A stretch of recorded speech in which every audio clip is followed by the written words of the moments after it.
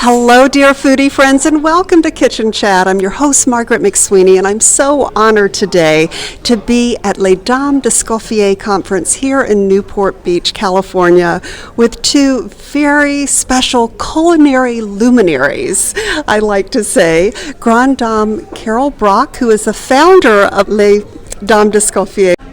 Well, I'm delighted you're here because we embrace having the press tell the world all about Les Dames d'Escoffier and the leaders in food, wine, and hospitality. Yes, you have created such an amazing foundation and philanthropic outreach that really just elevates women leaders in the culinary industry. So congratulations on all that you continue to do. 40 chapters. In 40 years, we have 40 chapters. And I've challenged them. The next 40 years, let's have 40 countries. We do have now chapters in London, Mexico, and Canada. Oh, that is fantastic. And tonight is a very special evening because the wonderful chef Lidia Bastianich will be named a Grande Dame. So congratulations. Well, thank you. It's a great honor. I certainly have been in the industry quite a while, but I've been a member as well.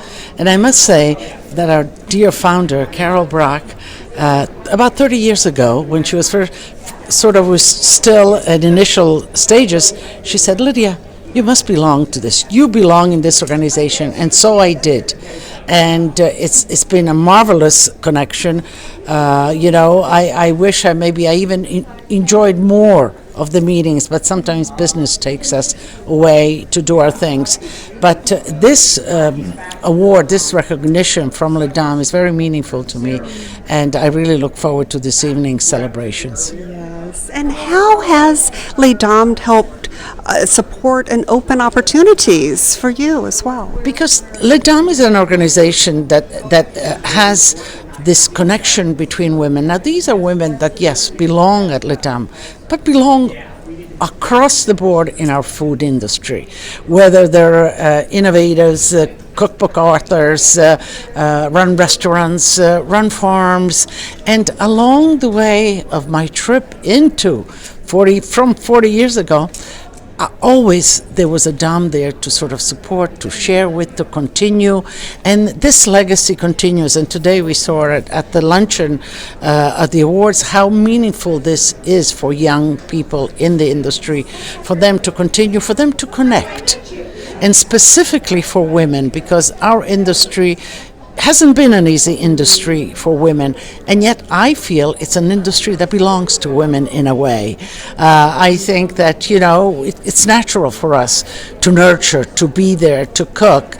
I think certainly, we appreciate the great men and the great chefs, but I think the real soul of the food of the table is at the women's table. I love that, the real soul at the table. The women, yes. And you had the vision. You are the visionary behind creating Les Dames d'Escoffier. What was your inspiration? Well, I was the food reporter of the Daily News, the largest newspaper in America, almost 3 million circulation. And we had a food conference, the food editors, every year. That year it was in Chicago. Went there and heard about a group in Boston, the wives of chefs, members of the Escoffier Society, who were rather perturbed because their husbands wouldn't invite them. So they decided to start an organization of their own. They did, gave magnificent dinners, were philanthropic, and I said, New York has to have one. They were very nice and said, we want you to do it the right way. We'll help you get a charter. So I got the charter in 1973, and I would ask, what women, to the gourmets in New York, men, do you think should be a member? they couldn't think of one. 74, or maybe two. And 75, three. I said, it's time to organize. I called together 5 women.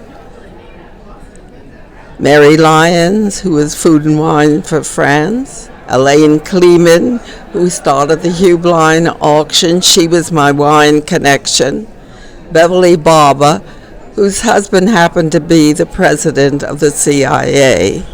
But DAMES, we said, had to have credentials of their own. That was the key.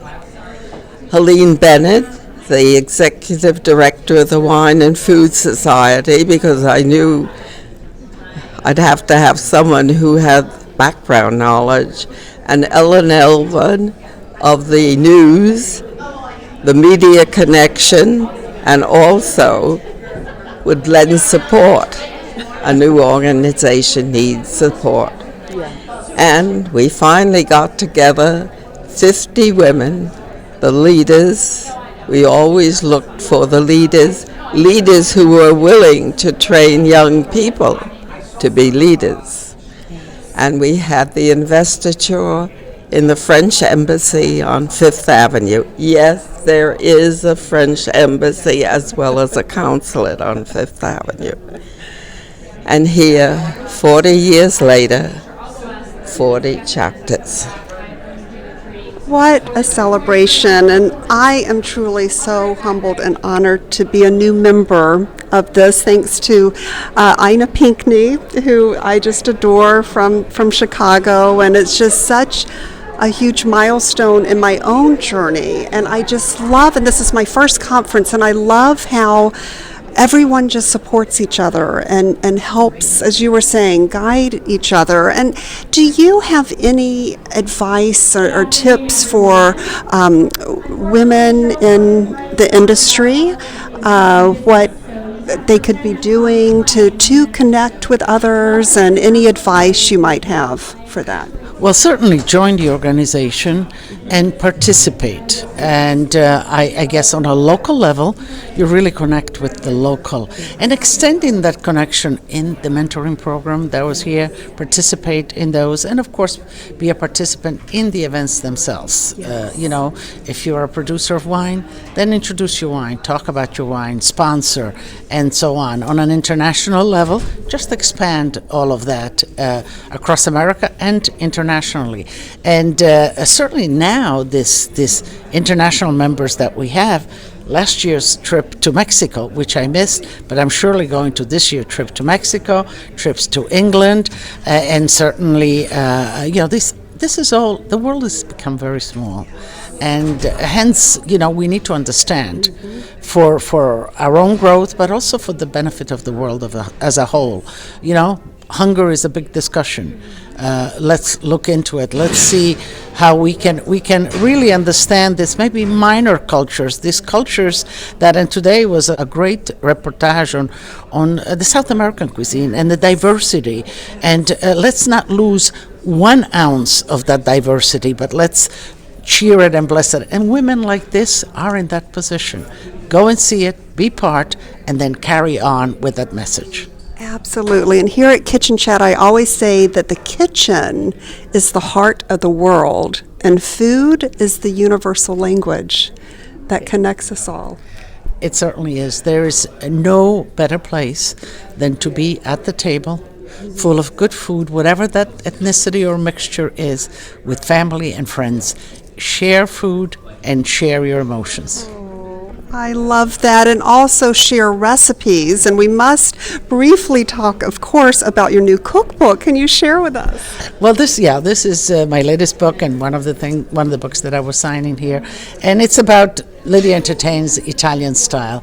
My message is Italy, and being an immigrant, what I felt, I never felt like an inventive chef. I felt like a conduit. I came from a culture which is Italian, rich in its culinary culture, certainly, and I was adopted by America. So here I had another family. I came here at 12, so America is my home.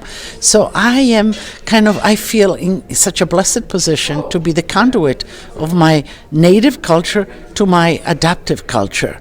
And this book is about celebrating that culture and celebrations.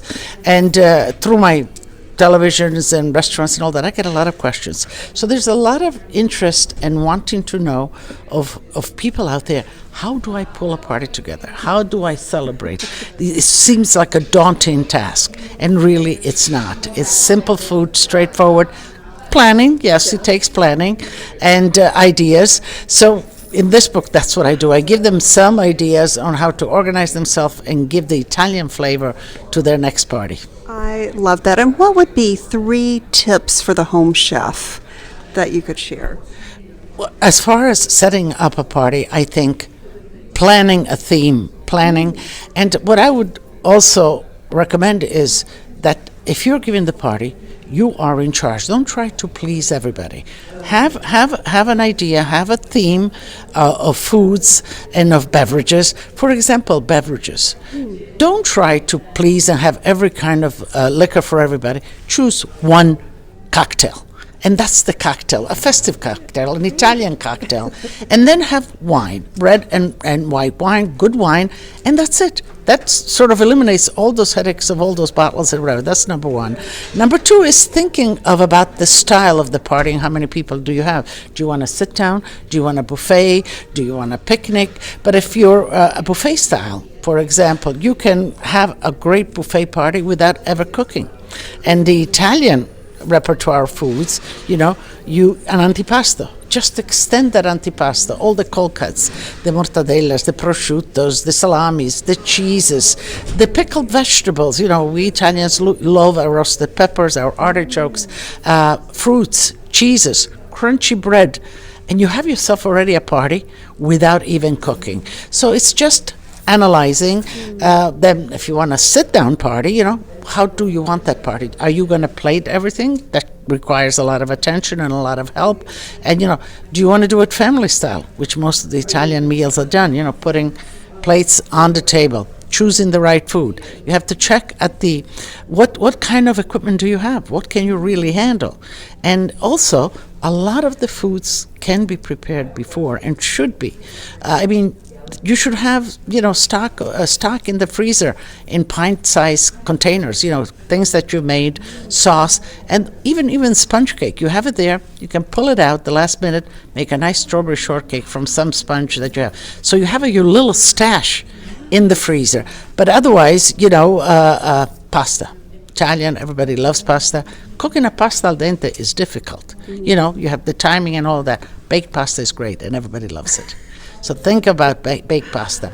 But also think that if you have a table, not one casserole of baked pasta, make 2. So this way you spread it, 1. And that goes with everything else that you make, the vegetables. Make it all in doubles. So everybody feels, this was meant for me. It's not that you have to scour the table looking for the next what you want to taste. And, of course, the main course is roasting and braising if you're doing for a lot of people. These are great tips, and you can find them all in the cookbook. We'll make sure we have a link on Kitchen Chat and also your website. Yes, lidiasitaly.com, no apostrophes, and Italy with no capital, just lidiasitaly.com, and there they can get all the information. This is so special. And one final question. What is your favorite childhood taste memory? Interestingly enough, it was when my dad, who was a great hunter, a great fisherman, would go hunting or fishing, and it would just be Grandma and Mother and I. It would be a Saturday night, and we had things like smoked white fish and herring and pomegranates and persimmons and all sorts of exotic food way back then. And I even ate a whole container of sour cream. I never realized that it had calories. I guess I assumed that because it was sour, they weren't there. But when I look back, they were so, so special. And we had gone down to Delancey Street and bought the fish and so forth and so on. I really feel that was my favorite. Oh, that is great. And what about you, Chef Lidia? Great memory. I think my favorite was gnocchi and the actual making of gnocchi. You know, there's so much comfort into a gnocchi when you eat it. It's as if it caresses you on the way down. And that usually was, again, on a weekend with Grandma and making those gnocchis. And then she would, kind of grab a chicken in the courtyard, twist the neck, and make a good sauce from the chicken. Nice, good chicken braised sauce and some gnocchis. And, I felt very much part of it. And I still remember it. And you know what? I have two children and 5 grandchildren now. And their favorite is actually, maybe because I instilled it in them, gnocchis and the making of gnocchis. Oh, this is just so special. Thank you so much, Chef Lidia. Thank you so much, Grande Carol Brock. And thank you for creating, you are creating taste memories for people all around the world. And that is just so exciting. And at the same time, helping this community within the culinary industry. So thank you both so much. Thank you. Oh, thank you. And Pleasure. Oh, and thank you, dear foodie friends, for joining me on this culinary journey here at Kitchen Chat. I love to hear from you. Please visit me on my kitchen, kitchenchat.info, and always remember to take a moment and savor the day.